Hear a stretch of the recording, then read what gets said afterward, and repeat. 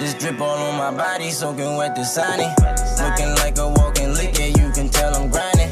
Rolling back was full of loud, I can't hear nobody. What's up, fuckers? Episode 25, The Beer Latte Show. I'm Steve. I'm Nick. Danielle. And today's episode is brought to you by a listener by the name of Ian, who dropped off what he's calling a Corona clone. It is darker in color. I'll give him that. It's definitely darker than what Coronas look like. He nailed the fucking smell. It smells like it smells store-bought. Smells like it tastes lighter than a Corona, which is weird. Looks darker, tastes lighter, smells same. Yeah, I would agree. Yeah.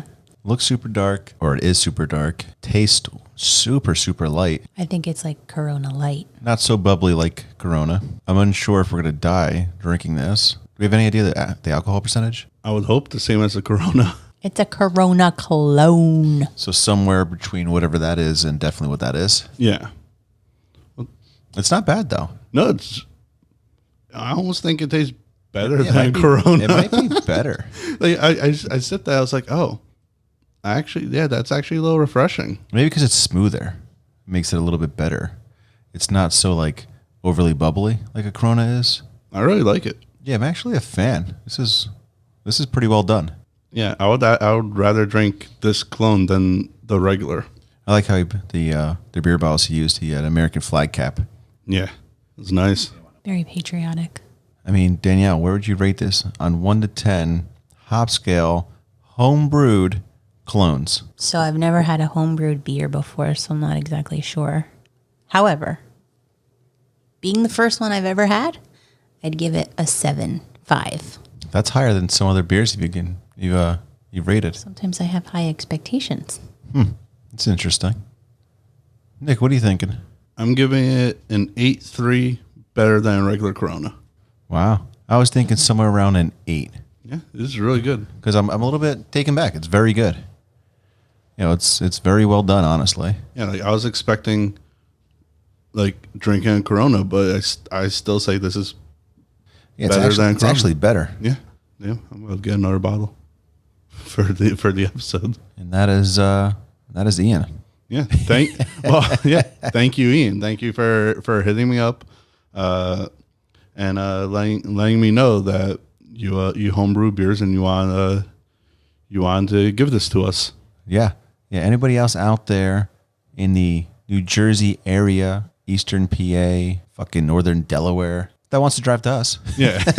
Or we'll meet you somewhere. Yeah. He came to my house, so it was easy for me. Yeah. Somebody that wants to meet us somewhere, fuck it. I'm willing to try someone else's beer too. Yeah. Any fans of the show that want that homebrew beer and want us to try it, we will. You guys can find us at thebeerlatteshow.com and Beer Latte Show on Instagram and Facebook, and Beer Latte on Twitter.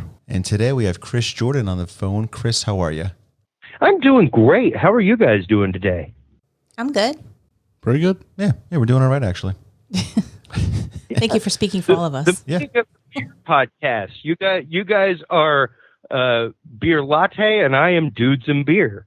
So interesting. So do you guys drink while you're doing the show, or do you do a segment of beer? What do you do? Whenever we first started, it was, I'm always having a beverage on the show. The whole concept of the show is that America was founded in a bar. It's true. And it was founded by people who were possibly disagreeing over religious concepts. You know, they talked about religion, politics, economics, all kinds of stuff. And they still came to the bar and talked next week. Like it was the public house. There was nowhere else to go. That's where you went. And for some reason, we have stymied our society by not talking about these things openly, by not having the conversation across the bar anymore. So the idea was really talking about fringe topics, hard conversations over a beer. It has evolved now over 5 years. It started off originally with about 3 people sitting around a table. Everybody brought a 6-pack and a topic, whether it was politics going on or science or what have you. And now it's I started spending years on the road as a traveling AV tech and had to keep producing the show. So it turned much more into me talking with expert guests about these topics, whether it be targeted individuals, people who were harassed by governments. We had Anonymous on the show all of a month or so ago talking about their hack of the Minneapolis Police Department. It's been an incredible ride over the last few years. So, yeah. That's really cool. There's one thing I have to ask. I don't know too much about Anonymous. They are like on my YouTube, like, you know, favorite 5 or whatever. But it is a whole bunch of people, right? Yeah, pretty much. It is a bunch of social hackers, people who are not necessarily hacking for nefarious means or to go in and harm things. They're basically going in to hold data hostage in order to expose criminal acts, be it by governments, be it by corporations, organizations, things like that. And like they say, we are legion. There is no one person that is anonymous. You cannot they got in touch with me through intelligence contacts that I have for my show from many, many years ago. And it was just one of those where my contact with the NSA got with me and was like, hey, I've got these guys. They've heard your show. They work with Anonymous. They were part of the Minneapolis hack that happened, and they would like to use your show as a platform to come on and expose this truth. They've gone to media outlets a couple times, but it's not really something where it was like, hey guys, so why'd you join Anonymous? It wasn't really an interview. It was really more me turning my platform over to them to make their statement. It was really interesting. So did they come equipped with like voice changers, or are they actually there as themselves? I had the opportunity to meet the person. Whether or not the person's name was actually their name, I do not know. I met them by first name only. The documents that I was given and provided were provided to me through my NSA contact and intelligence people, verified by other people such as lawyers that I know, things like that these were actual case numbers. These were things that happened.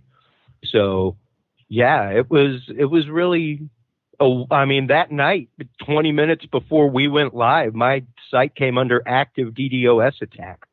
Like it was thrust and parry all night long while I was still running a live show and interviewing them. So, I provided live voice modulation, things like that to, of course, protect their identity and obscure their identity. But it was interesting to say the least.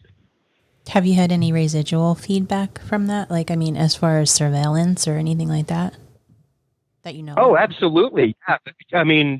Just since my show has taken this turn over the last 2.5 years, I regularly have spikes on my LinkedIn profile where after I do episodes like our recent episode on warp drive technology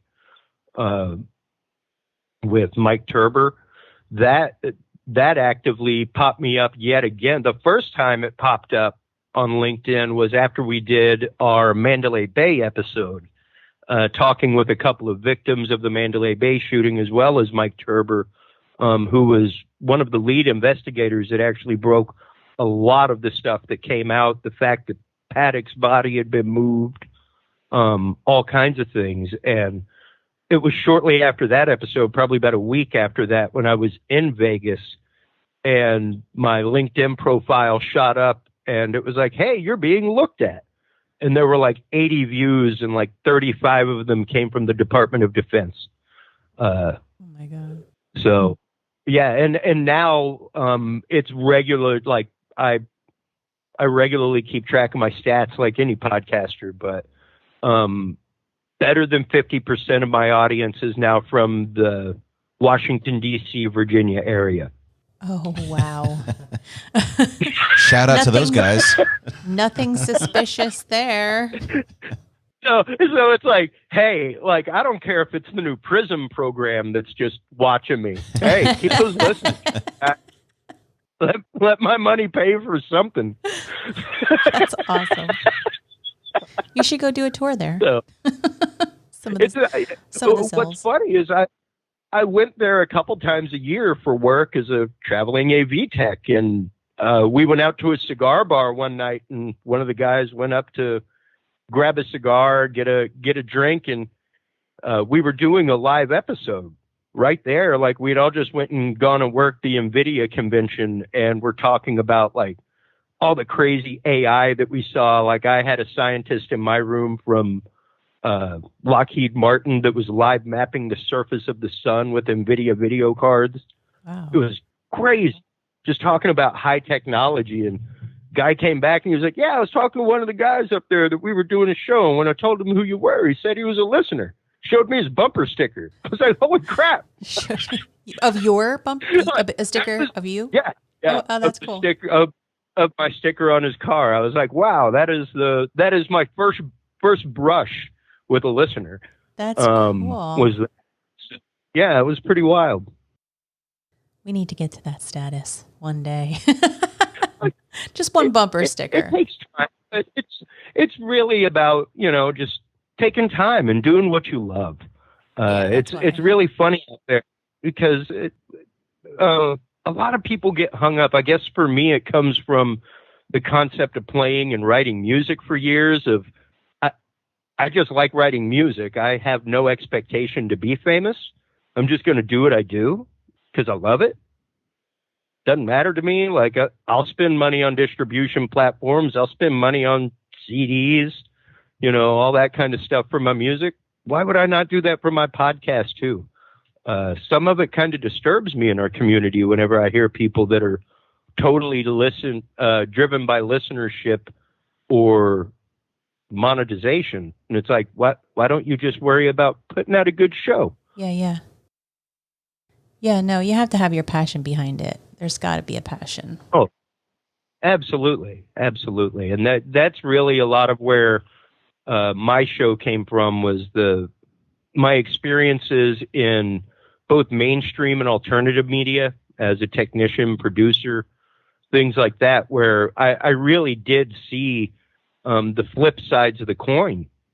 Stories that were covered, stories that were intentionally buried, stories that, hey, that's just not zazzy enough right now. And it's like, but that's a real story. Yeah, you got to uncover the bottom stuff. But it's not a headline. It's like, but okay. So that was a lot of why I started my show, was these things need to be talked about. Yeah. There are people out there that have been trying to talk about not necessarily alien UFOs, let's say, but just the fact of UFO. We always forget the fact that UFO just means unidentified flying object. It doesn't necessarily have to be of an alien source immediately, anything like that. There are crazy leaps of technology, like we were talking about before the show, that are out there, that are real. All of 2 years ago in Jane's Defense Weekly, which is pretty much like the white paper for the military. Like, if it's in Jane's Defense Weekly, it's like, hey, here's a preview for the Sears and Roebuck catalog, folks. Here's what you can buy for your defense companies. And they literally announced that, like, there was a new system where a pilot could control up to 3 drones from his helmet with his thoughts. With his thoughts. That's cool. That was 2 years ago. Why don't we know that? This pilot is actively flying a jet. Remember that. His brain is more than a little bit occupied, but there is apparently enough processing power and data still available in that brain to be able to control 3 drones. Well, let's be fair. In his brain, I'd crash the 3 drones and the fucking plane. And forget what was you're thinking about. Yeah. I'd be like, ejecto seat, cuz I'm fucking out. I'm crashing everything. Eject. but that's just it. Like these stories are things that if you follow certain places, you'll see them pop up, but you're not going to see it on Fox News. Right. That's so, I know. It's just so, I'm very happy that we're at the point now, just like this year, I think, or I've been more aware of it, where we know we need different media outlets, and yet they're still all the same damn media outlets. We're getting closer. Well, and true. And I mean, it's the thing is, it's really, really hard. Number one, FCC licensing is crazy expensive. And the one thing I brought up on my show whenever the FCC was given license over the internet was how long before we need licenses? Right. As podcasters. It's already started with YouTube because they launched YouTube Red. That now that since they are creating original content, they must follow FTC practice, which is where all of the rules came down on us content creators, where if you've got a channel that says 18 and up, all your stuff better be, or children, you better not be posting anything that's 18 and up on there, or else you, the content creator, will be hit with a $10,000 FTC fine. As a parent, I'm kind of okay with that. Just that. I'm great with that. I'm great with that. Yeah. The question is, why wasn't that in place to begin with? Right. It took the FCC getting involved for that to happen. Right. But at the same time, it's kind of worrisome because, yeah, at any point they could just their whole purview is literally the writing of and regulation of frequencies and what can go on the air. That's it. Right. Maybe we need something other than the FCC. Maybe we need the PCC. Well, yeah, because I mean, how long, like I said before, you're going to need an FCC license to have a website?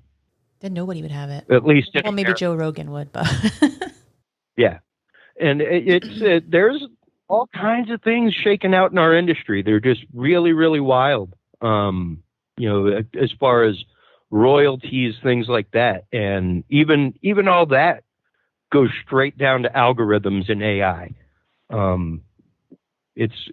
It's been really odd. Like myself as a ASCAP BMI composer, I get hit by, I literally have to tell YouTube over and over and over again, at least 2-3 times a month. No, seriously, I own that music. I made it. Nice to meet you. I've been hearing a lot of that. They're taking people's stuff down for no reason, and it's unjust. They're not even asking. Well, and granted, it's algorithmic.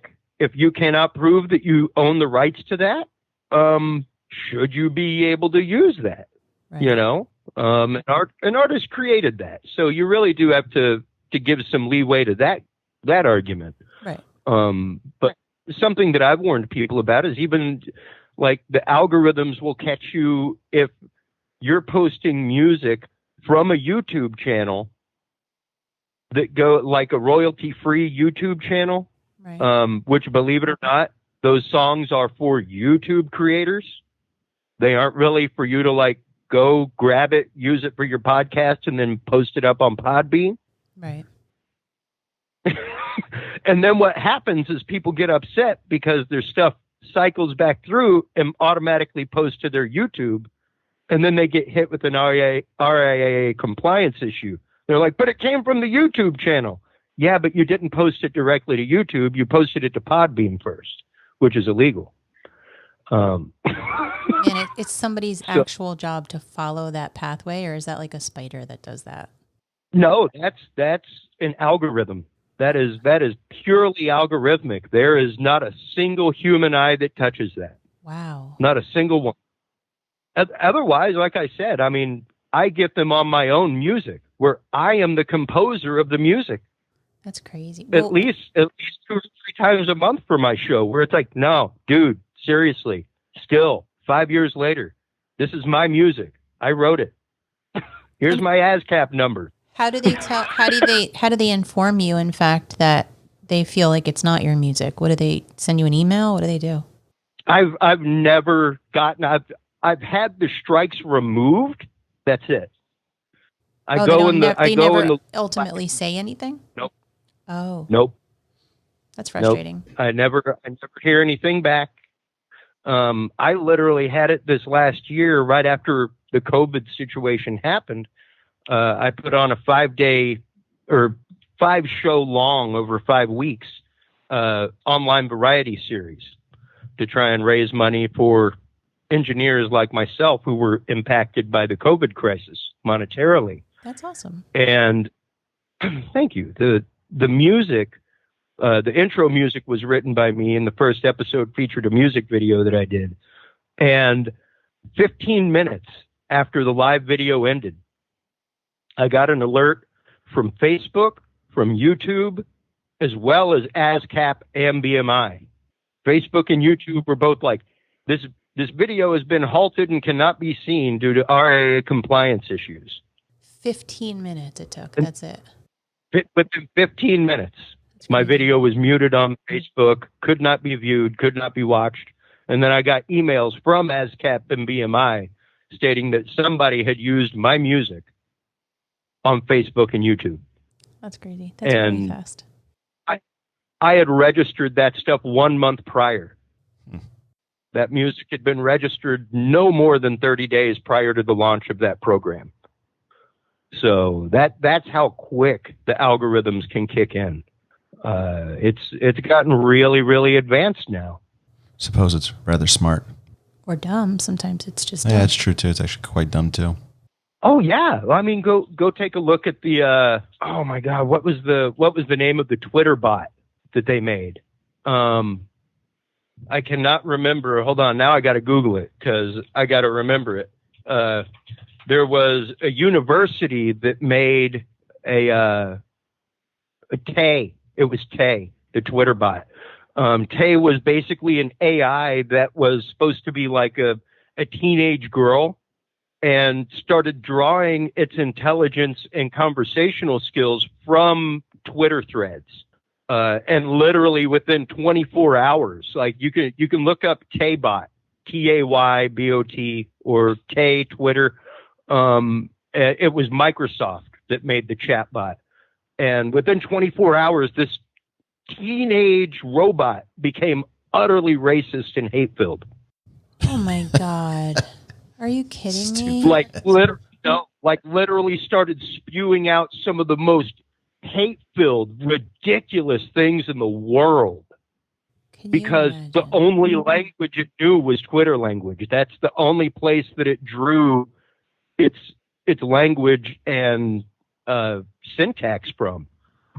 What a sad world we live in. And we're just scrolling through, yada, yada. Yeah. Wow. Imagine if your only brain net was made from the voices screaming into the void. Right? Oh my God. And we don't even realize that. It took an AI to make us see that. Well, yeah. I never heard of this bot, but I mean, obviously it's a thing. Yeah, I mean, this was 2016. This was about 4 years ago. So you can be guaranteed that now the AIs are crazy more intelligent. But yeah, here it is right here in The Verge magazine. Twitter taught Microsoft's AI chatbot to be a racist asshole in less than a day. It was an experiment in conversational understanding. The more you chat with Tay, said Microsoft, the smarter it gets, learning to engage people through, quote, casual and playful conversation. That's an ultimate fail right there. Yeah, people started tweeting the bot with all sorts of misogynistic, racist, and Donald Trumpist remarks. And Tay being essentially a robot parrot with an internet connection, started repeating these sentiments back to users, providing that old program adage, flaming garbage pile in, flaming garbage pile out. That's just good writing right there. That is so scary. What a weird world we live in. We're just so inundated with information that some of it just doesn't even we don't even think. We don't even think. Well, and you know, what's funny is that's kind of the plan. like as someone who worked in the media, I'm just here to tell you that's the plan. The more we can feed you and keep feeding you and keep feeding you, the more tired you are. The more tired you are, the more susceptible you become to a message. It literally is a barrage technique done on purpose. So it's kind of the the same. American people or people in general. To an extent, even more than that, it's more. Like I said earlier, it's the chasing of the headline without the substance behind it necessarily, which forces people to make knee-jerk decisions, forces people into defensive postures in life. I mean, good Lord, man, just because of who became president, and I'm no politics being talked here, folks. Families no longer sit at Thanksgiving together. Think about that for a minute. Just because of a political disagreement. Isn't that crazy? Well, they always used to say, don't talk about politics in church. I guess now we just can't help ourselves. But you have to. You have to. Because if you don't, then you stymie society. Yeah. But nobody can have that conversation. There's never that conversation. It's always... Well... Sorry. Go ahead. Yeah. No. I was going to say, it's always somebody literally trying to convince you of a paradigm. Right. Instead of actively listening, caring about what somebody thinks, and just genuinely wanting to know what somebody thinks. Right. And leaving it at that. Right. Oh, wow. That's interesting. Right. Something about you I didn't know.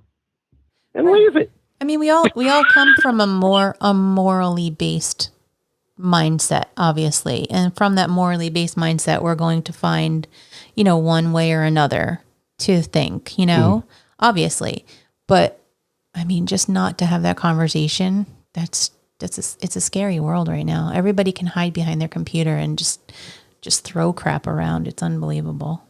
Yeah, it's been, and whenever you're trying to, I guess, further society, move society forward, whenever you're trying to have conversations about things like disclosure, when the news is full of nothing but that, it's hard for that kind of news to shine.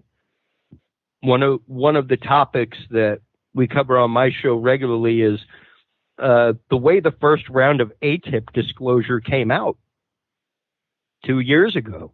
First round of whenever what? first ATIP disclosure, whenever Luis Elizondo first went on to CNN and said, "Hi, I'm Luis Elizondo. I work for ATIP, the government's program that looks into UAPs." Right.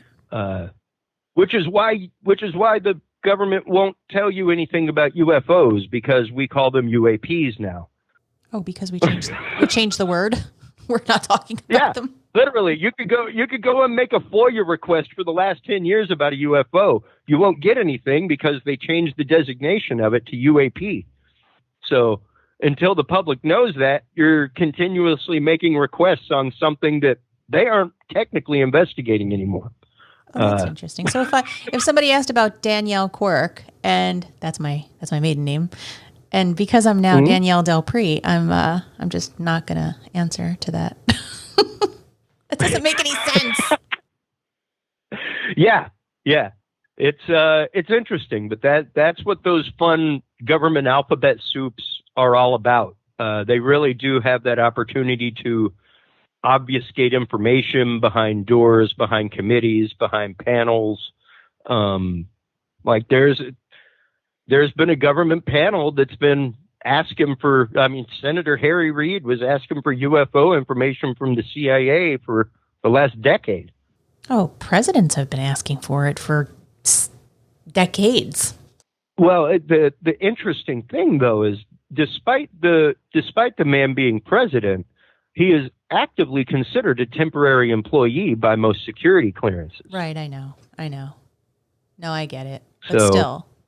Yeah, there's a lot that he's not privy to, sadly. True, but he's the face of America. You'd think maybe he could share some stuff. Freedom of information should be a little more liberal. Well, absolutely. One would hope that it is that way. Unfortunately, we have allowed foxes in the hen house. We've had government contractors and things like that running programs. I want to say the last black budget in the NDAA was into the trillions. So yeah, think? it's What do you think? Like, is that space, or you think war? What do you think that is? oh well, I mean the black budgets go into everything. Anybody, I've said it on my show before with Mike Turber, and anyone that thinks that the concept of the Space Force is new is silly. The Space Force has been around since the 60s, easily. It's called Space Command. They've been keeping track of satellites and nuclear weapons and traffic in the air since Cheyenne Mountain started. So all this is a further branch of that, with what may be publicly known now excursion vehicles. We don't know. There was the hacker a few years ago that came across the NASA documents that supposedly showed off-world personnel in a secret military program. So who actually knows whether or not that's real? But the real fact is we do have black budgets. We do have extreme technology that is in black budget programs, that is in the hands of independent contractors like Lockheed Martin Skunk Works, things like that. It's pretty well common knowledge nowadays. One of the things I started up a few years ago on my website was the Knowledge Vault. We talked about things like this so many times. I want to say it may have been Dr. John Hall, who I had on, talking about targeted individuals and electronic harassment technology, like being able to electronically harass people with satellites, like what happened to our ambassadors in Cuba a couple of years ago. Same thing in Beijing, China, with our ambassadors, where they were attacked by electronic means, and have now suffered soft brain tissue damage because of it with sonic weapons. Just targeting one person or individuals from space? Yes. Yeah. Pinpointing to an individual? That's crazy. Absolutely. I mean, it's not that crazy. You can actively go, I want to say, on Google Earth. I want to say it's 300 centimeters. You can get down to like 3 foot by 3 foot area almost on Google Earth. Like we've been able to read license plates with satellites since the early 80s. Wow. So to be, and like we were saying, the technology that we're aware of on the shelf is far, far outdated from what military has access to. Things like that. One of the stories we've talked about on my show is the Hubble Space Telescope was actually based on a spy platform. Oh, I could see that. Which is why whenever, if you recall, whenever it was found out that the Hubble was nearsighted, right, that it couldn't see far away, could that possibly be because it wasn't designed to see far away? Oh, I thought it was a crack. Wasn't there a crack in it? No, it was a quote-unquote misshapen mirror. Okay. And oddly enough, if you remember, they had a backup one. Why would they have a backup for something like that? Right. Why would we not question that in the first place? Why would they just randomly have another mirror to send up that came out of a similar telescope? Yeah. Meanwhile, Apollo 13 is putting bubble gum and string together to get back to Earth. It's like even the X-37B right now, which is our space plane, been flying in the air since easily 2009, regularly spends easily a year and a half at a stretch in low Earth orbit, really? Unmanned. How do we not see that physically with our own eyes? Oh, you can see it with your own eyes. that's like a fanfare program that they've been doing for God since right up around when Obama took office. Was when the first announcements of it landing came out. Landing. Like, its first announcement was like, yep, it landed after 2 years in orbit. Like, who the hell heard of this thing launching? Yeah. This thing's been flying around in orbit for 2 years and we weren't even told about it? That's so, what the hell? First of all, we can't even take care of our goddamn homeless, but we're up in the air doing all this, creating so much space junk. It's unbelievable. Oh, yeah. That was one of my favorite ones over the last year, was the utter irresponsibility of Elon Musk just launching a Tesla out into space. It's like, hey, here's some Earth microbes for you. Right. Like, did you assemble that thing in a clean lab, or is it just floating around with all kind of Earth bacteria on it? Like, that's pretty irresponsible, man. No, my favorite thing is that he was, I'm not going to quote him very well, but he said basically, I told him not to do this, but whatever. Kind of like, I told him, maybe doing Neuralink isn't a good idea, but, I tried to warn them, but I'm going to do it anyway. Oh, hey, man, like, I got to give it to the man for his ingenuity is amazing. Oh, it's yeah. great. And the fact that he is actively following somewhat in Tesla's footsteps is great. Not that he's created a lot of this technology necessarily, but the fact that his patents are open source. Whenever they patent something, like, it's open to the public. Right. Go make your version on it. Go improve on the model. Right. This is how we move forward.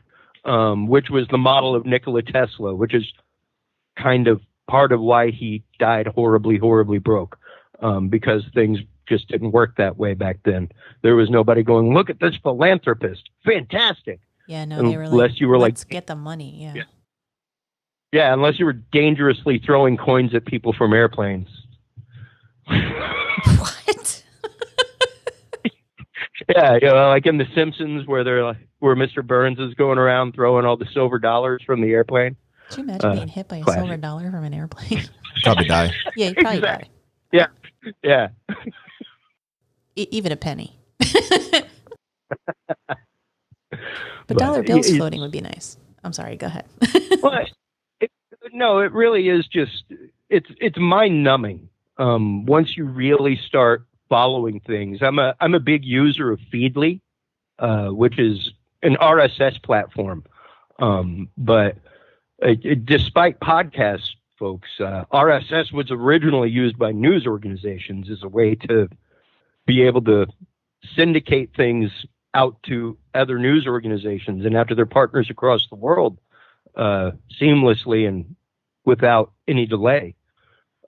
So, yeah, if you use something like Feedly, you can go in and keep track of Wired, keep track of all kinds of, like, I watch CIA.gov and watch all their posts regularly. I watch MIT Review, which is where you'll catch a lot of the high technology stuff, like the Dream Machine that they were just talking about, that kind of thing. So, and then of course the CIA and FBI.gov data dumps are just amazing. But you got to be willing to literally comb through thousands of pages sometimes and get really good at your speed reading. Getting back to this dream thing, explain that. Well, there's a couple different processes that go into it. The first one is pretty much what you hear most of the time, which is kind of like binaural beats. Right. It's the concept of entrainment, where it's an anomaly in physics where things basically want to fall into pattern together. Kind of like if Steve and Nick both started walking on different feet at different times in the same hallway, they would eventually fall into step on the same foot at the same time and then fall back out. Kind of like symbiosis, like fractal patterns, stuff like that. Yeah, to an extent.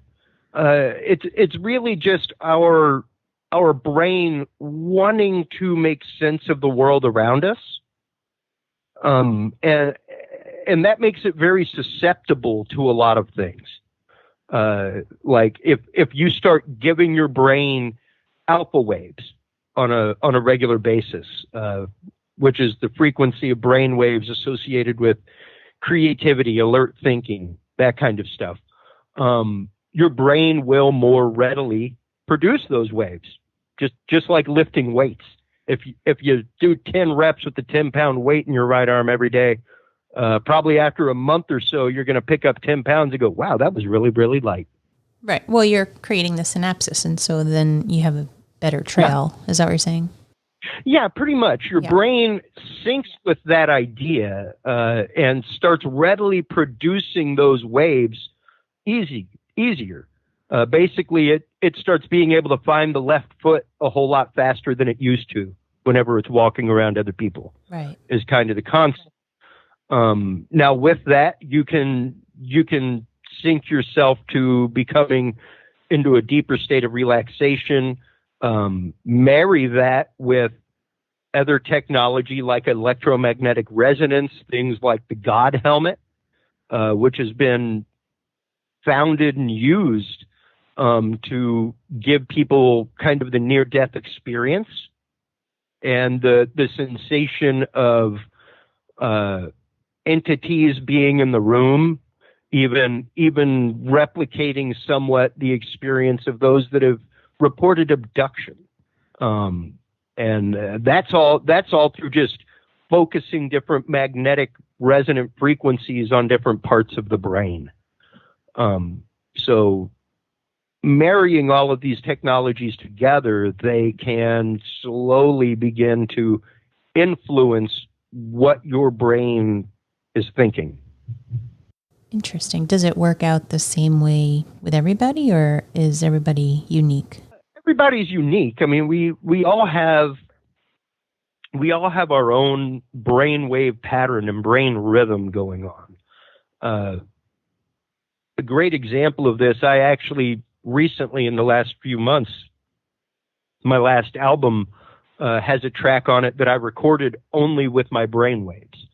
I've started actively using a brainwave reader for meditation, things like that, and found a couple of apps and devices that basically let me turn the readout from that, like assigning my alpha waves to MIDI channel 1 through 3, assigning my beta waves to MIDI channel 4 through 6, things like that. And as those different frequencies are peaked in my mind, and as they go off, those different parts of the synthesizer are triggered.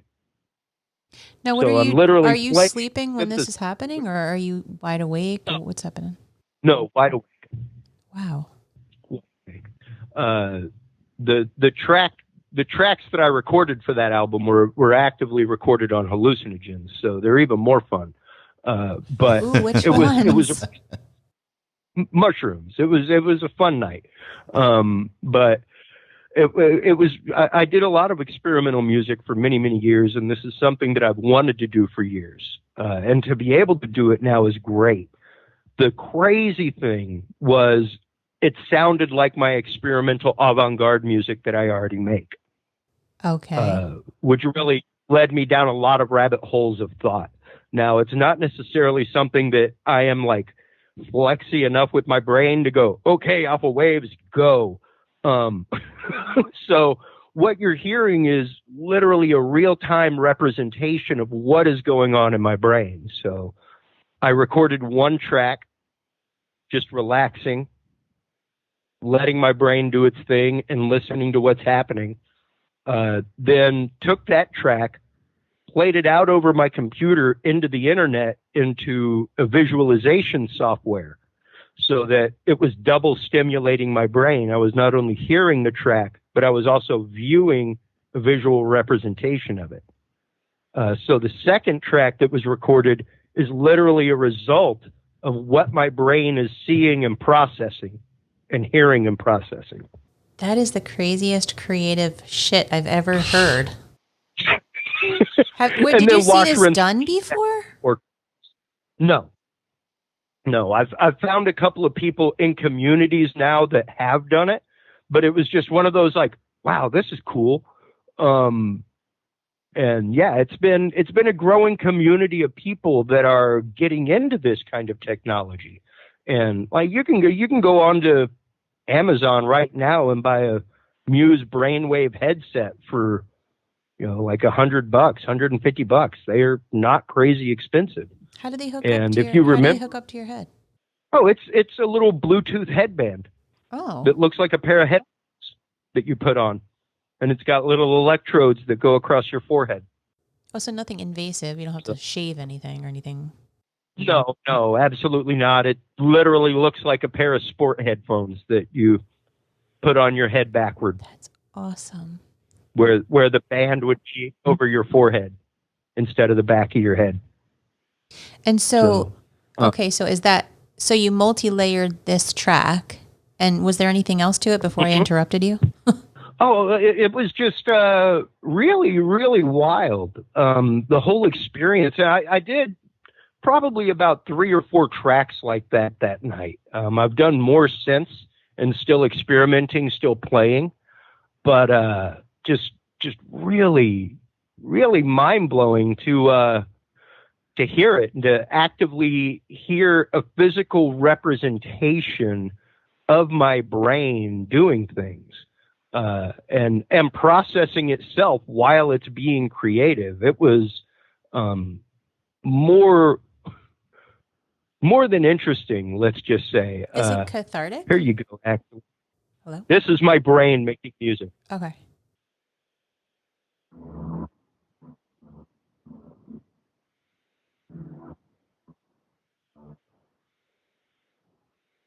Yeah, very interesting stuff. Does that sound familiar to you? Like once you hear it? If you heard my experimental music, not necessarily the music that I do most of the time now, which is more electronic oriented, more, I guess, ambient stuff like that.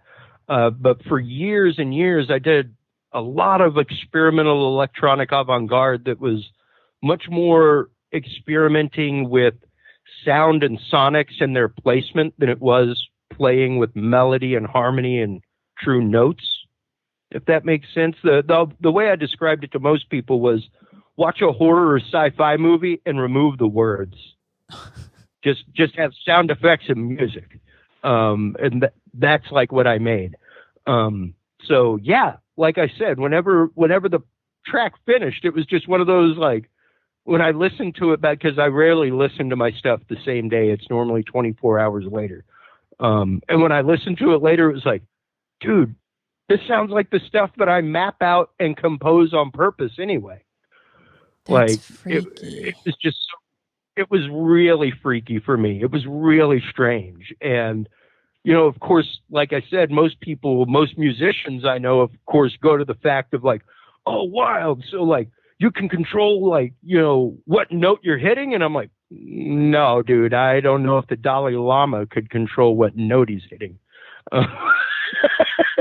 Like I'm assigning a range there to a MIDI patch, to a range of MIDI channels. So whenever my alpha waves go, it's going to randomly throw one of those. I don't know that I could focus on like C# and just make that happen.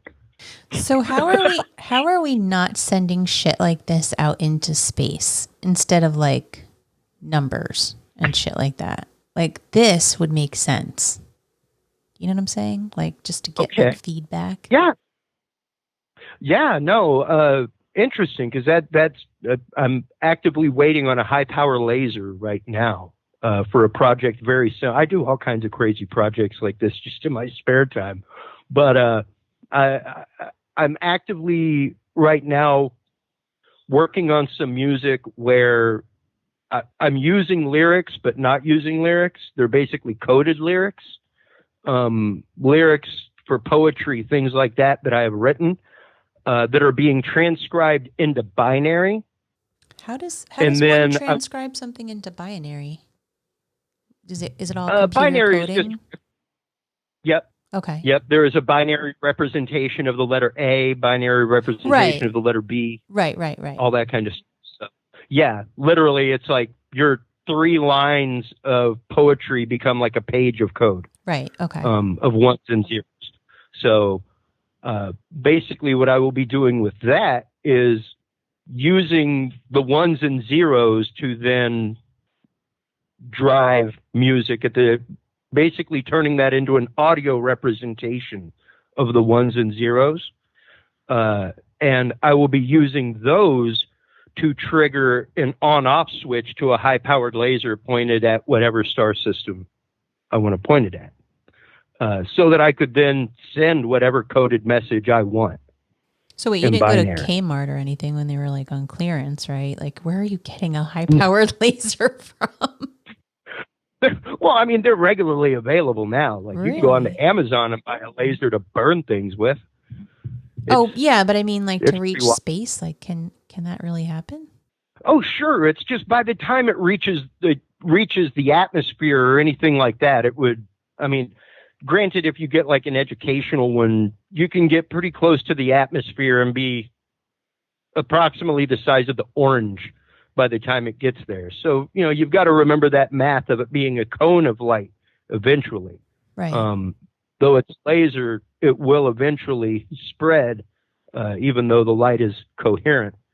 So, yeah, eventually it would be like a swath going out toward a direction. But to be able to communicate with things just outside of our atmosphere or possibly within the range of the moon, not within the realm of impossibility. Right. That's awesome. Have you ever heard of anybody doing anything like that? I know SETI started doing some stuff like that a few years ago. They started actively scanning the sky for light signals. Right. But not sending anything out. Well, I mean, they're still always sending radio signal and always receiving radio signal, but it was more the fact of them saying that if there was an intelligent civilization out there, that they would probably be using light to communicate. Right. It goes farther faster.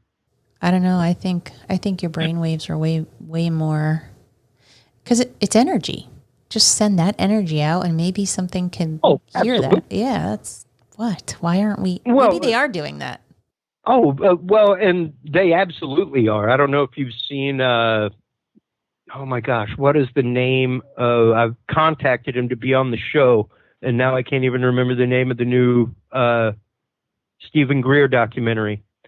But Dr. Stephen Greer has been doing.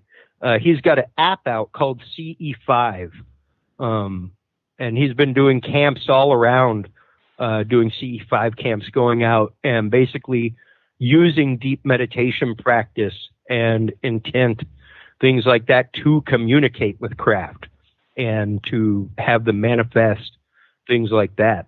So, and to some great success, apparently. Really?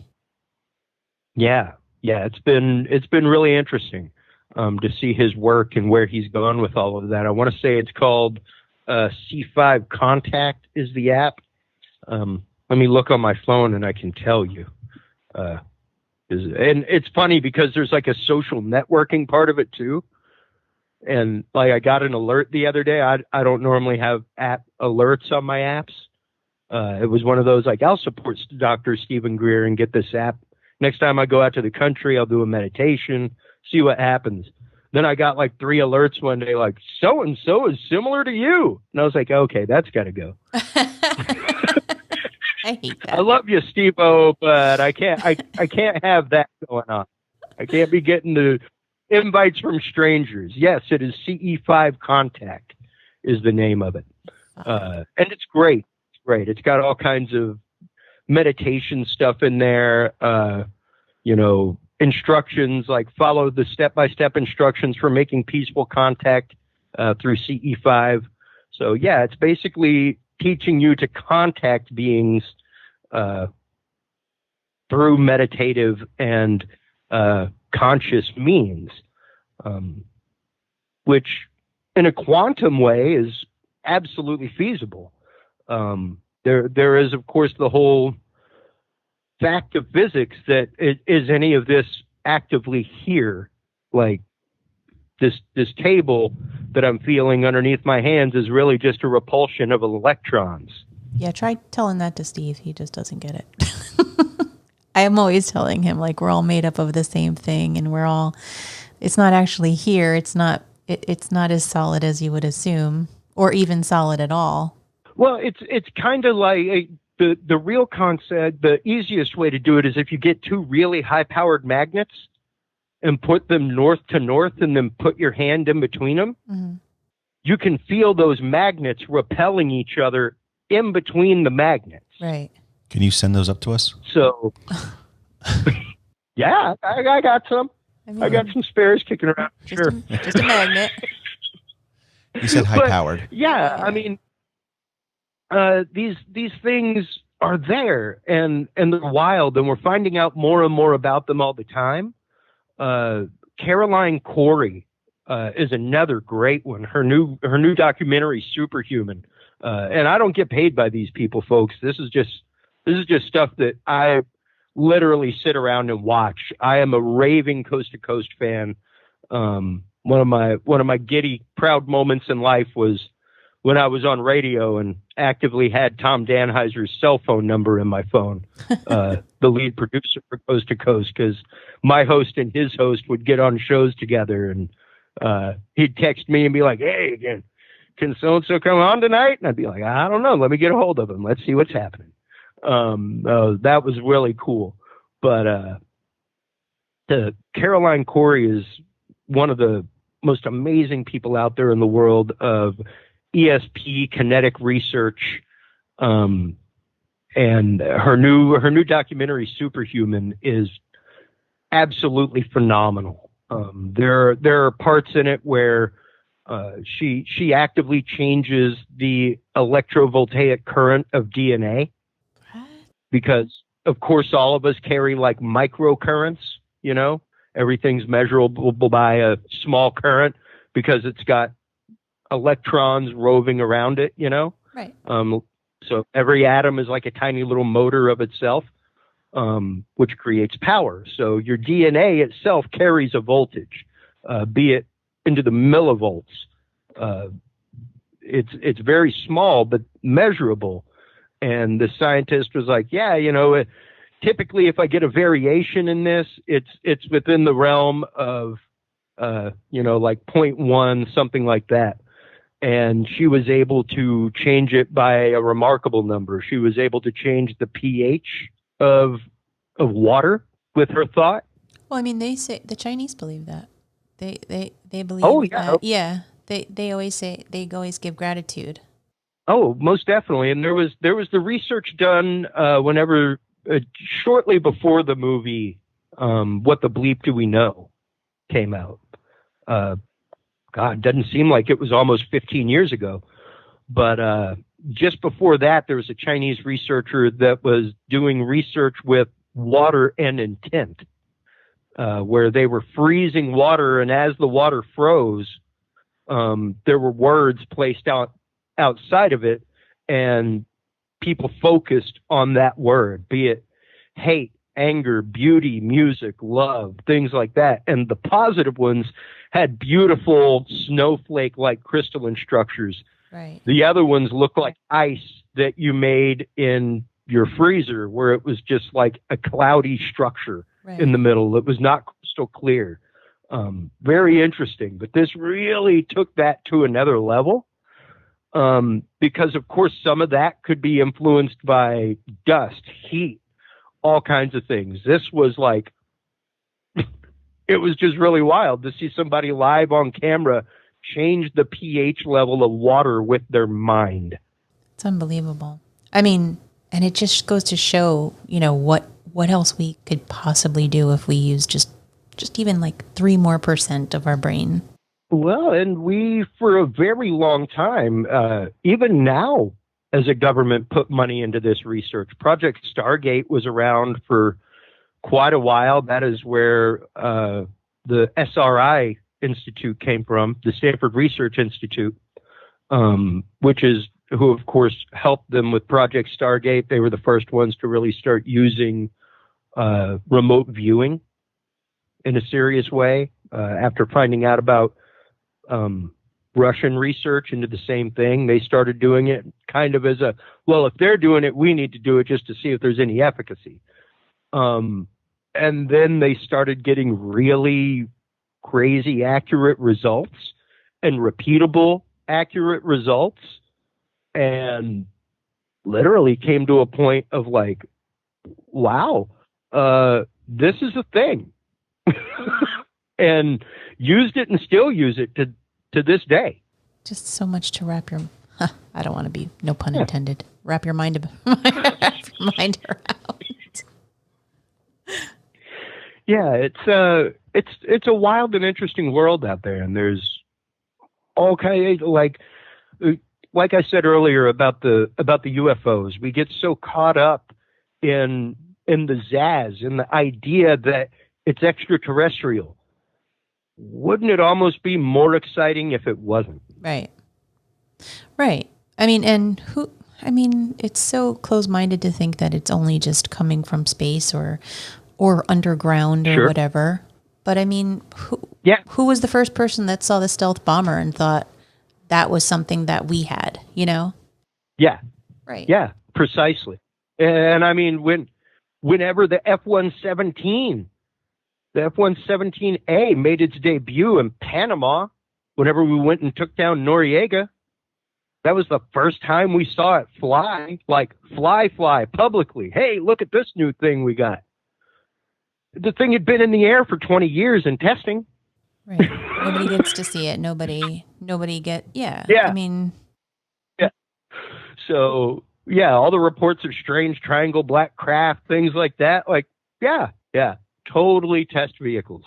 And there's a reason why they didn't get radar signatures to support them.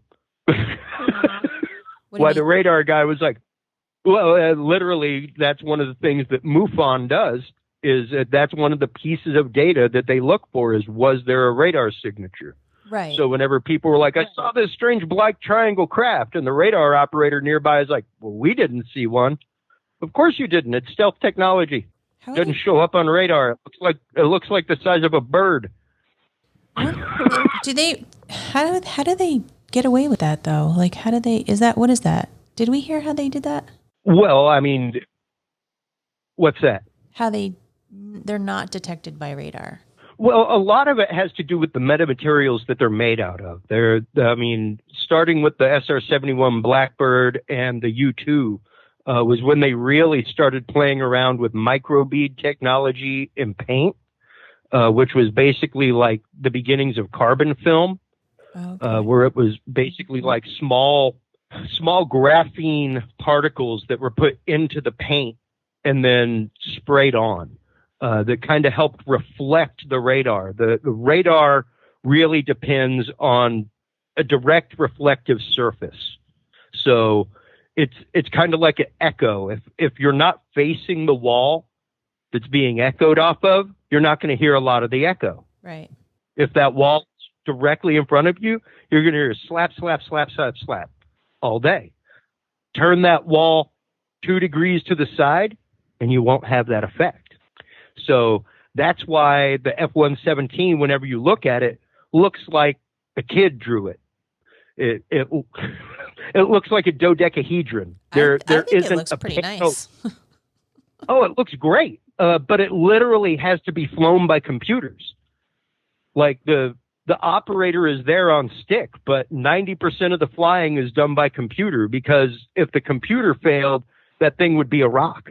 It has next to zero actual aerodynamic principle to it, which is wild. But the panels on it, the arrangement of them, the construction of what they're made out of, the fact that they're honeycomb instead of fully solid metal, all those things changed the reflective radar signature. They changed the way that sound bounces off of it, the materials used in the exhaust.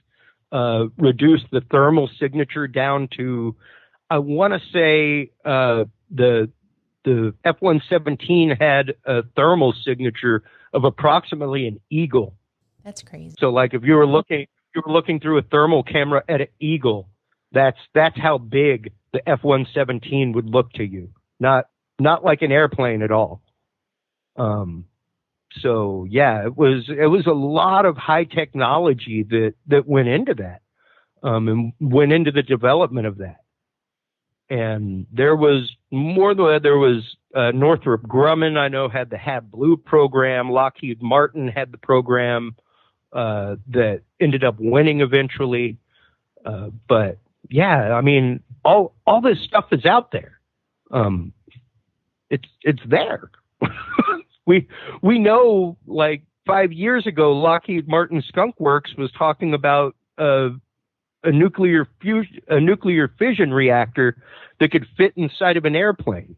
Great. Like nuclear fission, no larger than an 18-wheeler. That's crazy. That's crazy. And that was 5 years ago. And at that point, they were saying that they could wash, rinse, repeat that process and make it smaller every 6 months. Well, yeah, technology, I guess, improves quicker and quicker and quicker, and it's just so quick now. And when you hear about those things, like I said, to say that that's possibly not our technology, not that the technology wasn't possibly reverse engineered from something else, something found, something perhaps given, who knows? But to say that we can't do it, I don't know, man. Like 5 years ago, Chinese scientists teleported light across a lab. So I don't doubt that they're doing things that they say they don't think they can do. And I mean, isn't it true that, where did I hear this, that we're like, I want to say 100 years behind what we should be technologically, but maybe we're really not. Well, and that's just it. Computer, like quantum programming, things like that, computer programming, these things have existed on the mass scale for years and decades, literally. My God, since I'm 44, about to be 45 years old. When I was a kid, I remember reading about computers that could listen to your phone call and pick up on keywords. Like they were monitoring terrorist activity over phone calls in the late 70s, 80s. Oh yeah. With computers and algorithms. So like where things are now, whenever you're talking about major science research labs, things like that. I mean, God, the data center that we found out about in Nevada that was being built back in 2012, 2013, that was storing petaflops. Petaflops. What is a petaflop? Is that like a terabyte? Bigger than a terabyte? What are we talking here? Oh, yeah. No, a terabyte is 100 million bytes. Right. A flop is 100 million terabytes. Oh, okay. So kind of big. A petaflop, yeah. Literally more information than mankind has, almost. I remember they were saying that if you put all of the data onto, at the time anyway, the largest like SD cards possible, they would stack up to the size of the Great Pyramid. So we're not talking that there's a Tandy in this plate. Like, remember those Tandy computers? No. No, I mean, even right now, man, the technology that we carry in our pocket, the technology in an average digital watch, and I mean like off-the-shelf Casio, not a smartwatch. Off-the-shelf Casio has more computing power than what took us to the moon. Think about that for a minute. I can't even think about that. That's crazy. Like, those dudes went to the moon on analog switches and relays. on less data than a speak and spell had. So, they should have bring that up with them. That would have come in handy. Less probably. Data than a speak and spell took us to the moon. That's wild. That's why E.T. phoned home with it. That's right. Yeah. That's right. It's got a lot in there. He totally needed that. He probably could have used that computer that looked like an owl. Do you remember that? Yeah, right. Oh no, I remember it. Okay. I'm glad I'm not alone. He's just being polite. No, it was a thing. It was a computer. I mean, a little calculator. It looked like an owl. Well, what do you guys make of all this stuff? I mean, what was it that brought y'all into this world of discussion as well? Because, I mean, I know for me it was my media experience, my experience of exposure to these topics my whole life and just researching into them. And then once I got actual connections with people, it was like, ooh, wow, this shit's crazy. There's a lot of it that's real. But what was it that really sent y'all down the rabbit hole of doing this for Beer Latte? Well, for Nick, he's not going to say it, but it was for Money and Hose. Bitches and hoes all day long. Yeah, it hasn't really panned out just yet, but we're hoping. No, for me, it was, I don't know, I was always like in study hall or something, and I was always looking in the books, looking for like, you know, back then it was like spontaneous human combustion or, you know, telekinesis or, you know, all these other things you would see in the old timey books and stuff. And then from there, it's just, you know, the rabbit hole just takes over and Deepak Chopra came into the picture. Oh, yeah. Yeah, I want to say it was my 10th grade research report for English I did on the Nazca lines. Oh, what's that? The Nazca lines in Peru? Yeah. Yeah, they're a large geographic formation, man-made geographic formation, literally characters etched into the desert floor like the size of football fields. Oh, yes, I have heard of that. Yeah. A lot of different theories, you know, is were they trying to communicate with aliens, kinds of stuff. But yeah, it was a fun report. I think I may still have the I was a hardcore dork, dude. I had like transparencies and everything, Jack. I was Did you have the laser pointer? No. It was before you could really like you could go to Radio Shack and buy one, but they were like $100. It was definitely not like a let's hop on Amazon for $10 and buy a laser kind of day anymore. Yeah, that was more college. Yeah. So it was one of those like when I was do you mind if I use the overhead? The teacher was, what? I was like, well, I've got learning aids with my. I've got learning aids. I've got visual aids going on here. That's awesome. I guess you would need it because people would be like, what? Yeah, exactly. I was like, I could try to draw it on the board, but you don't want that. You've seen my handwriting. You've seen me write on the board. You want them to understand what this is? That's awesome. But so that was your first trip down the rabbit hole, and then from there? Yeah. That was really, and it was my brother that exposed me to that and got me into that and got me looking into it. I'd always been into reading about things like, and it was odd because my mom was very encouraging. I think it was really more like she says. She was just happy to see me with a book in my hand. Yeah. Because my brother poured through books. I read encyclopedias. Oh. My brain was not geared for stories. If I wanted a story, I will gladly sit in front of the TV. Yeah, same. More like self-help or something like that, right? Yeah. It was like, give me things in small doses. Let me go to the library and just spend a day reading about rockets and rocketry, building lasers. You know, like to me, it was those things were there for me to garner knowledge from, not escape from. Right.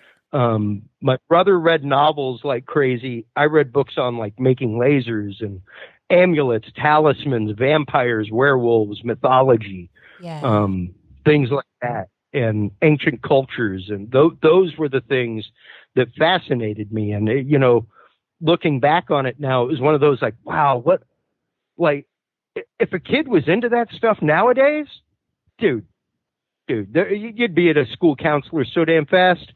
Or I don't know, it might be more common now.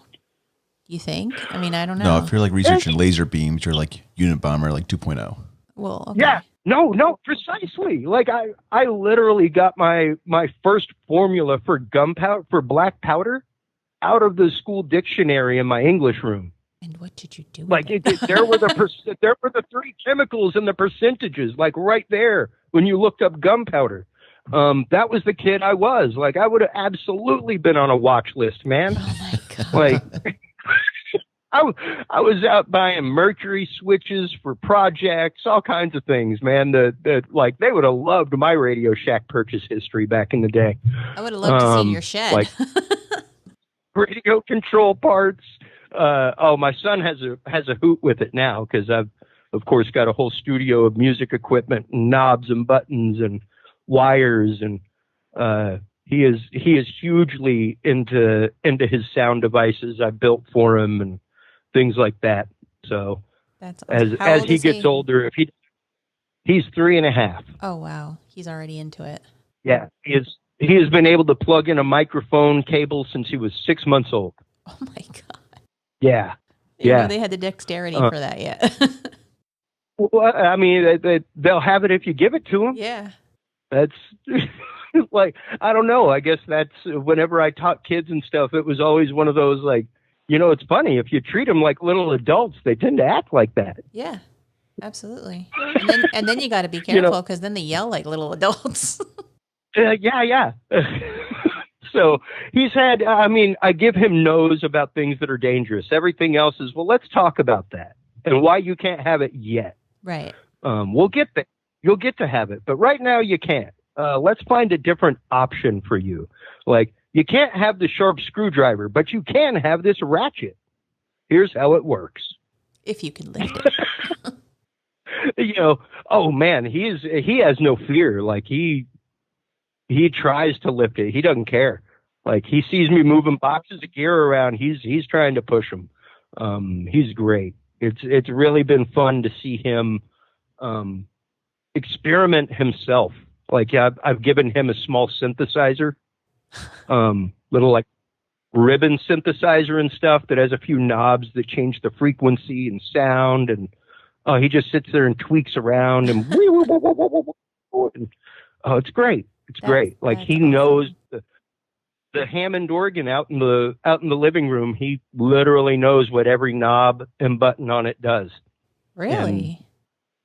And, yep. It's great. We are little computing machines. That's all we are. Yep. When we go to sleep at night, that's when we learn. Mm-hmm.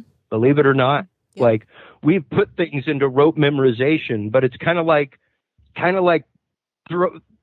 throwing fruit cocktail into the Jell-O and never putting it into the fridge. You lost me. Throwing fruit well, cocktail. No, it's just the fact of our rest is when our brain jellifies.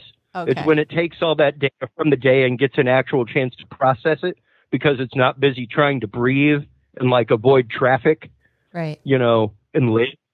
So that's when it really gets to process most of what we do. And it's really interesting just to kind of loop back to the whole dream concept. What we can actively learn from and in our dreams. They've actively started looking at matrix type technology, where we will be able to upload data into our brains, like FreeJack, things like that.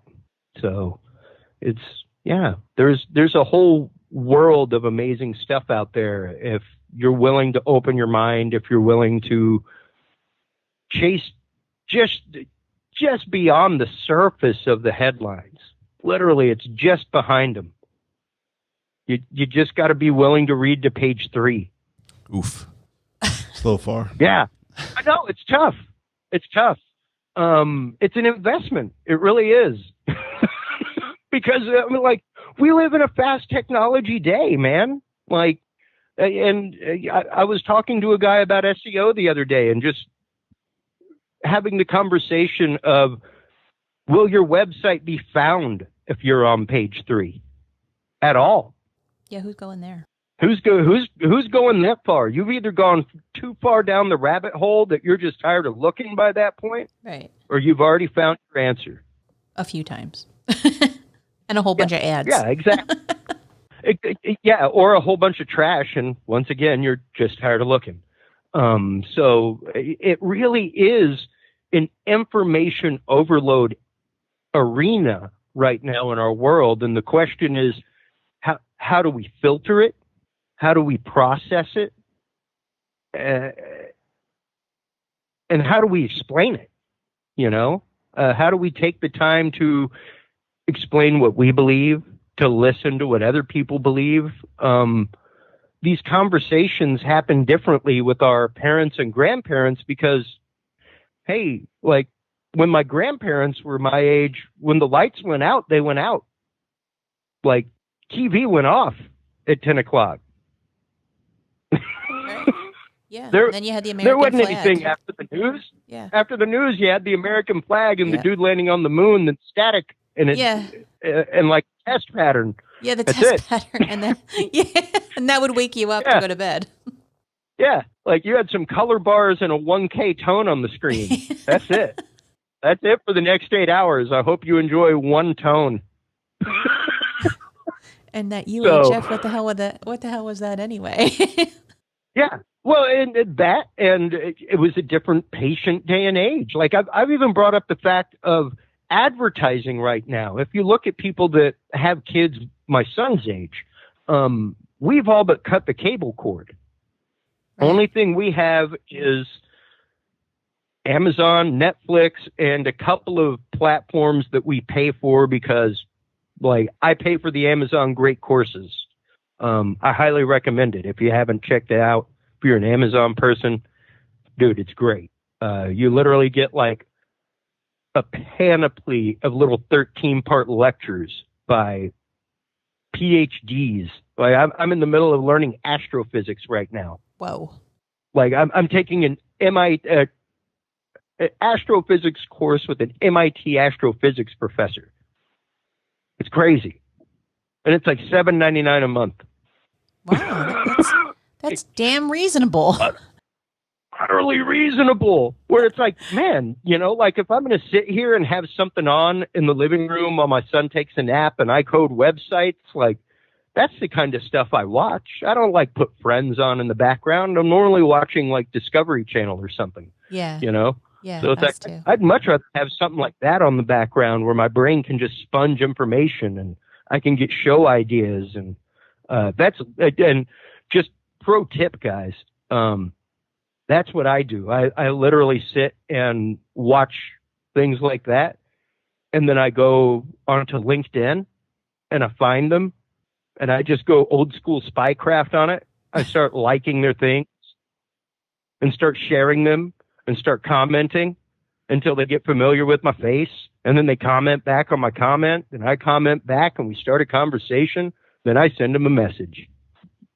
Yeah, LinkedIn has really stepped up, really. Well, and it really is a place where, like, professionals go to meet professionals. Right. There are some spammy professionals out there, of course, like I launched my podcast cadet.com thing on there the other day, and I've gotten like 5 people that are like, I'd love to give you business leads. I'm sure you would. Right. Or you could go back to college. I get those too. Yeah. Yeah, exactly. So it is a different kind of social media. It's funny because I see a lot of course, people in the podcasting groups talking about like, oh, you know, promoting on LinkedIn's a waste of time. And it's like, well, yeah, if you're like talking about Star Trek, it's a vapid waste of time. Like, of course you wouldn't promote on LinkedIn unless somebody there is like a raging Star Trek fan and happens to be a professional, you know? But if you've got a business podcast, if you've got a business, like I follow Deepak Chopra on there. I love him. I get Deepak Chopra meditations like every week. It's great. Him and Oprah are teaming up now. Yeah. Yeah, it's been really great to see platforms like that getting out there, to see people like Dr. Micah Sala, to see a lot of the people who are involved in these communities taking to social media, bringing this information out to the public eye. I think that social media has really in a right, allowed credence for a lot of this stuff, and really, if anything, solidified that concept of, hey, I think that too, both in good ways and bad ways in our society. I mean, for every good, there's a bad, Right. you know. So, Well, I yeah. mean, talk about collective consciousness changing. Now it's just all recorded. Absolutely, and it's interesting to see how, because if you remember, one of the big first things that happened that brought Facebook to like international headlines was the overthrow of Hosni Mubarak in Egypt was started on Facebook. I have no idea what you're talking about, and I'm not even ashamed to say that. No, that's all right. Yeah, it was shortly, maybe a year or so after Facebook had started, that an activist in Egypt, like Hosni Mubarak, was a pretty awful leader for the Egyptian people, did some pretty bad things, and was pretty well a dictator for quite a while, and they had problems trying to get rid of him. And somebody, I don't even think he was ever found, which is one of those cases where it's like, isn't that interesting that they got initial rounds of funding from InQtel for Facebook. InQtel, INQTEL, IN-Q-TEL, is the financial arm of the CIA. They actively are a venture technology company. They find up and coming technologies to invest in. Facebook was one of them. It's interesting. Yeah. And like I said, about a year and a half afterward, a world government was toppled by Facebook. Go Facebook. So that's awesome. Yeah. Interesting things, but at the same time, like we've found out through numerous things, there are also nefarious things that can go on through it. So once again, for every positive, there's an opposite. And that's what we kind of have to be careful for as humanity, you know, is that rebound effect, that constant search for a savior outside of ourselves, I guess, is probably what puts us in the most danger. Meaning what? Well, I mean, just as far as societally, politically, religiously, scientifically. A prime example is what we're dealing with right now, health-wise, in this country and across the world with COVID. It's, for some reason, and I just had a holistic doctor on my show last night. And I stopped the show and I was like, I want to hear one thing from you right now, doctor. Are we dealing with an actual virus? She was like, yes. I was like, see, there you go. Well, I mean, this lady tells you it's all vibrations, yet still she says there is a virus. The problem is it's a virus. I would challenge you to find a cure or panacea for a virus. They don't exist because it's a virus and it mutates and it's changed. We have inoculations for them. We have vaccines, but that doesn't necessarily mean that you won't get it. Doesn't mean that you can't be a carrier. It's not like a meningitis shot where you're getting something that kills a bacteria. Right. So it's once be again, like here we are. Prophylactic that we're looking for. That's just it. What you can do is you can alleviate symptomology. Right. You know, you can alleviate things, but you can't necessarily stop it. So here we are once again as a humanity, literally looking for something or someone to just come swoop in and save the day. Right. And that, unfortunately, is not how it works. We have to work together. Like the head of the World Health Organization said, COVID is not going anywhere. It will not be going anywhere. We have to learn as humanity to live with COVID. It's here now.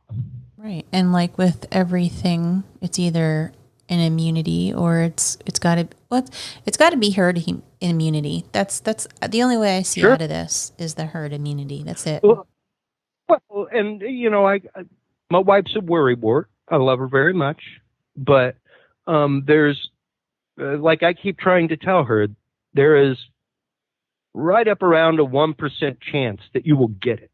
If you get it, there is right up around a 1% chance that it will be fatal.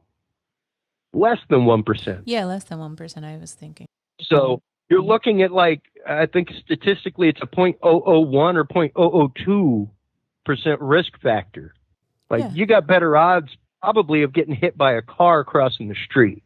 Yeah, but we made it such a thing, and we're still making it such a thing. Because it's a thing. It's a thing. Yeah, it's like don't but get we've had me the wrong, flu floating around, killing people for how long, and we're not like wearing masks and stopping countries. Well, yeah. Well, But the thing is, go ahead. no, I was just gonna say, well, in America, we're not wearing masks because if you do go over Japan, they wear masks no matter if you just feel a little sick. Well, they're our culture, super concentrated though. yeah, but it's just our culture is mask oriented.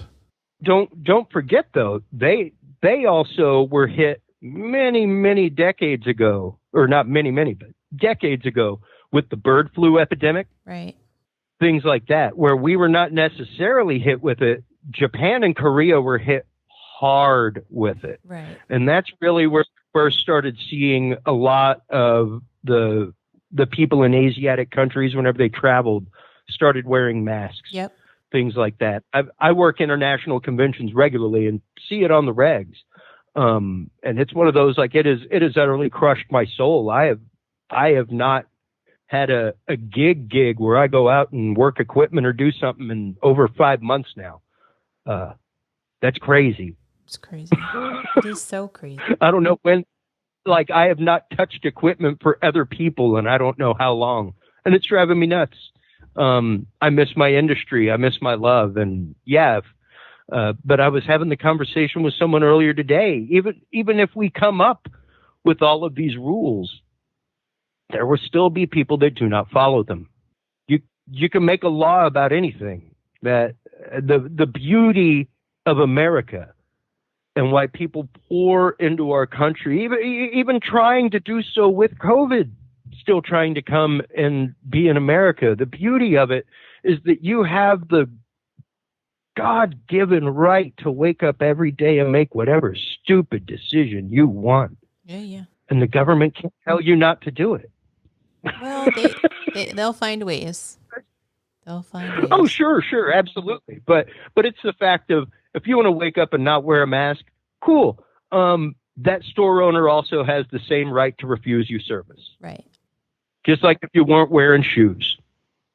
Well, so, we have gyms, especially one here in New Jersey. We have a gym that's trying to open and is defying has done everything the government has asked, has great filtration, has masks. They're giving, just doing every single thing under the sun. People are signing contracts and, just wanting to get in there and they just, every day they're going to be fining them $10,000. And I think, I don't know, last I heard, last I heard.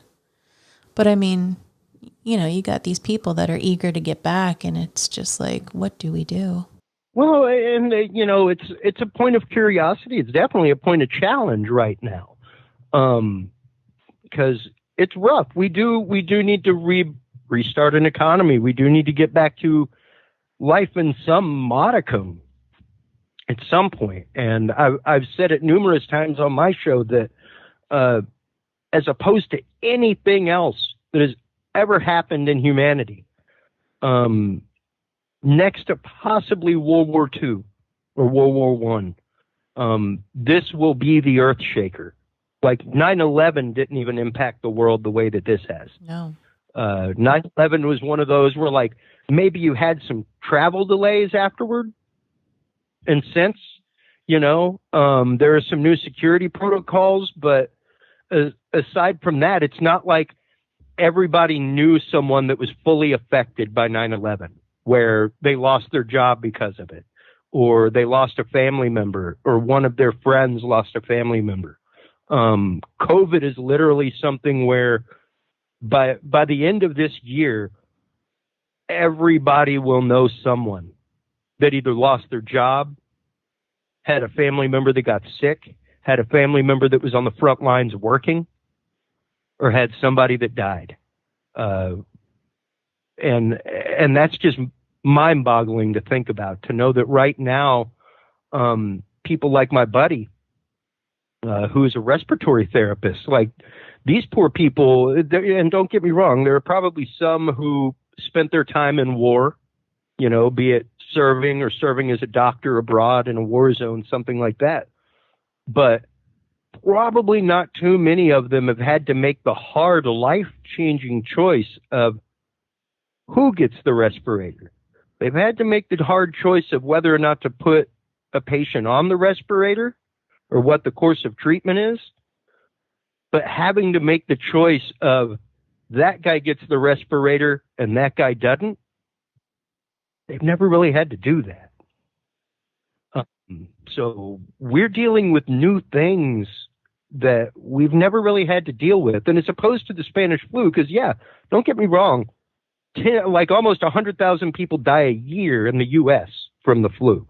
I think it's close to 60,000. But it's also the fact of that's been around since, the Spanish flu epidemic was 1918, so close to 100 years. We're still dealing with the flu on a regular basis.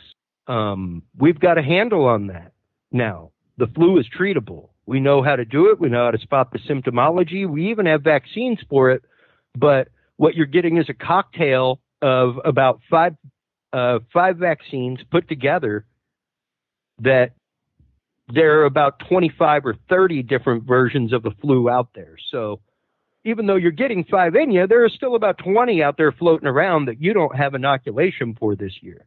And no matter what, they're always going to mutate, and there's always going to be the flu. And that's just it. This, within 30, 40 days of it being out, already mutated once. It's already pretty much got a mutation per country it's in. So when you're looking at the rapid death toll that happened across the world in the condensed time that it's happened in, that's the concerning part. Not necessarily the overarching number, but that number in such a small space of time from when it hit to now. And that's the concerning part. And it really is just scary in some rights, but at the same time, like we were saying, statistically, your odds are good, people. Right. Put a mask on, be a civil human being. That's it. Yeah. That's it. But you're always going to have, much like racial issues across the globe, we can pass laws about it. What you can't pass a law about is somebody's ignorant, narrow mind. Right. Absolutely. And there's so many you of them. You can't pass laws to say, stop being ignorant and narrow-minded. I wish you could. But much like any other law, the ignorant and narrow-minded will ignore it. Or just won't understand it because they're so ignorant. Or just won't understand. Like, good God, until shortly after I was born, I think it was 1978, that they finally struck down all of the eugenics laws in the United States. Until 1978, there were still like 28 states or 20-something states where if you were under a certain IQ, you were not allowed to have children, and you were probably sterilized in some of them. 1978? That's a fact. That's a fact. Well, that's why our parents had like blood tests and stuff, right? Before they got married? Yeah, that is recent. Well, and also to assure the fact that they were not blood relative. Right, or Rh negative, right? Or was that even... It was, just things like that where it's like, whoa, man, like that was almost the 80s. Right. And those laws were still on the books. Now, were they enforced in most places? No, not necessarily. It was like not walking a monkey on the sidewalk on Sunday, wasn't really something that was enforced. But it was still there. It was still on the books. And the fact is that law was on the books. Right. Who decides what that intelligence level is? Like who did we place in charge of people sterilization? And really, how good of a job were they doing? Because honestly, you would have to go up into the mountains and see some of these people. Yeah. With the Mountain Dew teeth and what have you. Well, sure. But at the same time, we're also talking about just, hey, people of diminished capacity. Yeah. You know, you could have had somebody that we would now know as Asperger's, just really high functioning autism, you know, and who are we to say that they can't have children? Yeah. Who are we to say who can and who can't? Yeah. No, it's just That's incredible.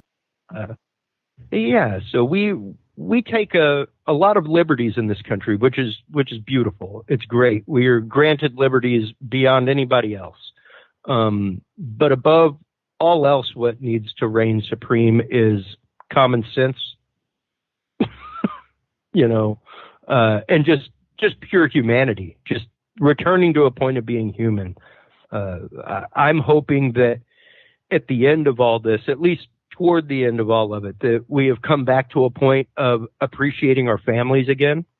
I think that's one of the things we'll take out of this time. I think so. I mean, families have definitely become a lot closer. I myself come from a Cajun family, so we're already all up in each other's business anyway. May as well have somebody on the other line listening, like it's the old school party line, you know? Like, oh yeah, I'm going to call Aunt Wilda, tell her about that.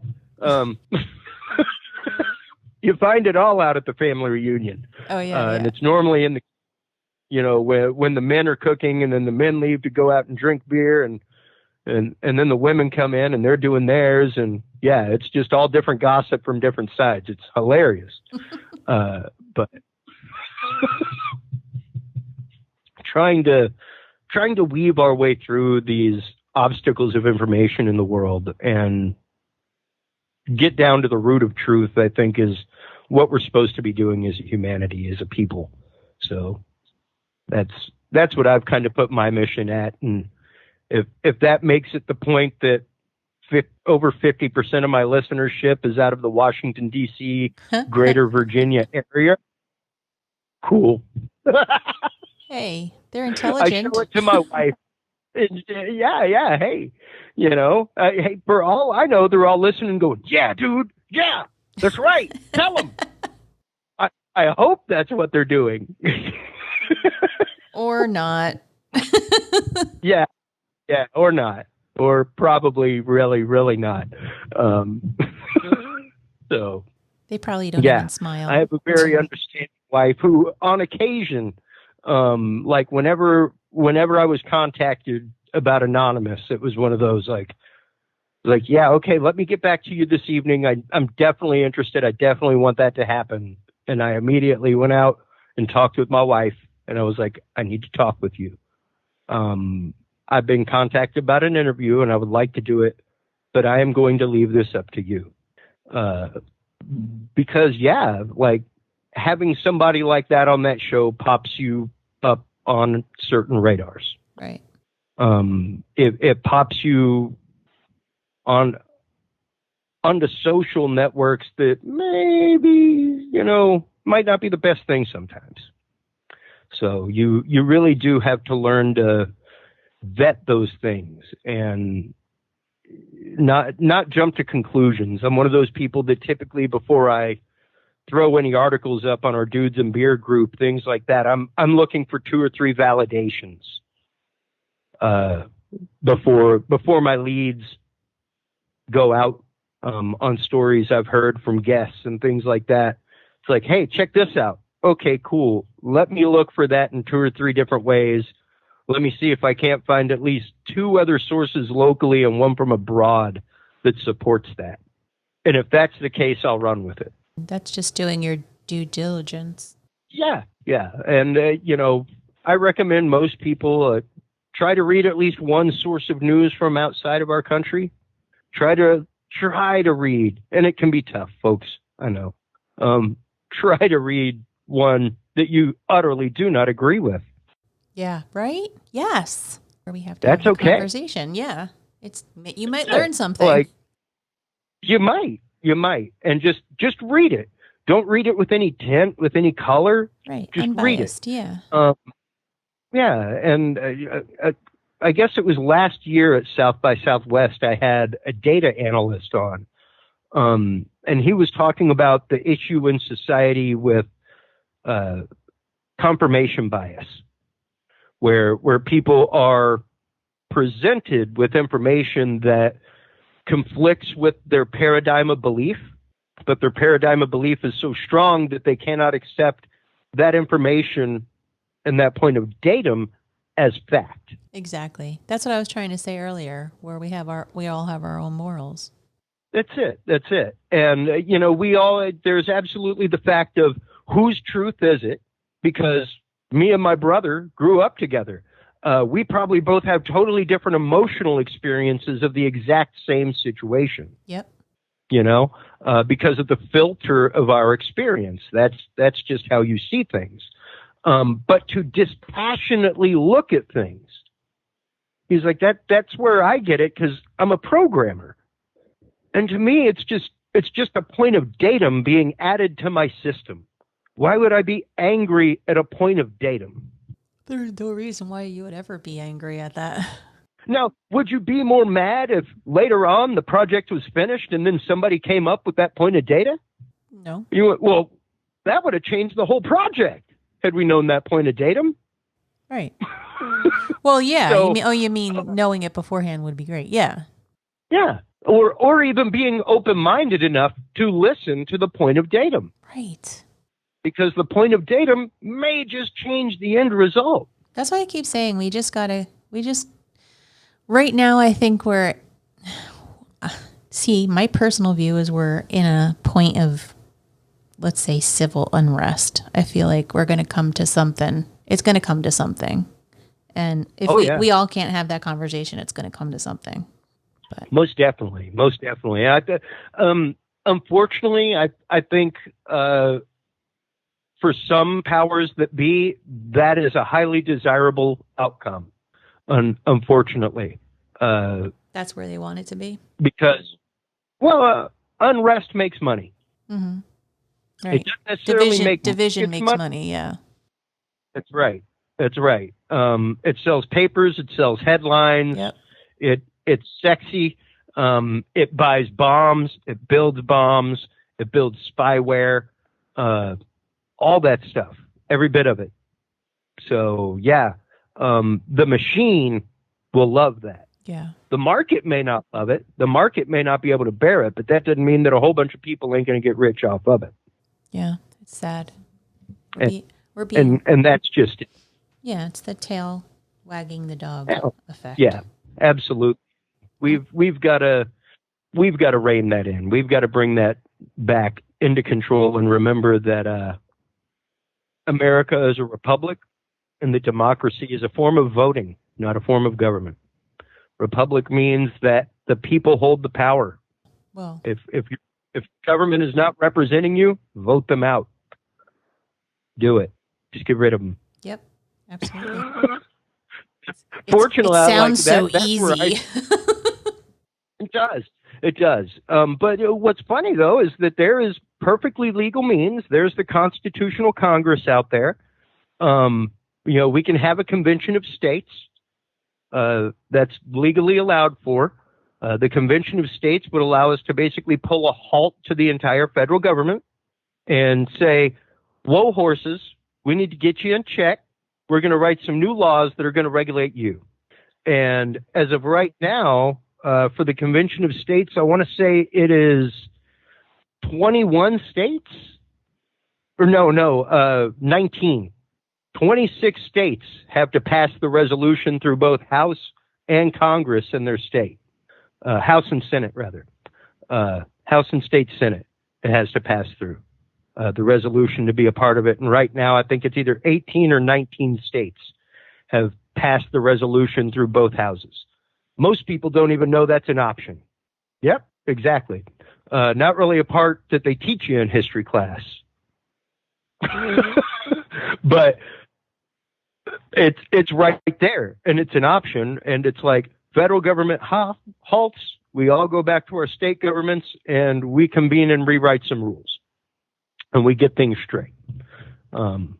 So we can do it. It can happen. It would probably be about 5 years of hurting to do it, There would be some states that, like California, things like that are hugely tax burdened that it might hurt and may not do well with. But I'm in Texas, so we got plenty of money. Okay, first we have to move to Texas because we're in New Jersey. Also very highly taxed. I'm pretty sure that we asked the government for our gold back a few years ago, and they went like, well, we'll talk to you. Yeah. Gold? What's that? Yeah, exactly. What are you talking about? We got rid of that in 1971, sir. That's right. When we got rid of legal tender on our bills. Yeah, when we tossed the gold standard aside. And now we just print money. We're good at that. Yeah. Unless it's coinage. Oh, yeah, which no we're coins anymore. Short supply of. So that's right. Ridiculous. Huge coin shortage. Oh, yeah. Well, Chris, I know we took this in like every direction possible. Why don't you tell the audience? All right. No, it's good. Why don't you tell the audience it. where they can find you?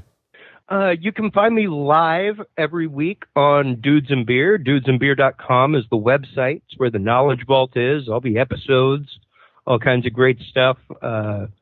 We're also syndicated with the HC Universal Network. Tons of shows on there. They're great. Tons of topics. You can also find me at podcastcadet.com. So, and talkingsoundshow.com, my AV podcast. So, yeah. And as always, you guys can find us at thebeerlatteshow.com and the Beer Latte Show on Instagram and Facebook and Beer Latte on Twitter. We'll see you guys next week. This drip all on my body, soaking wet the sunny. Looking like a walking lick, yeah, you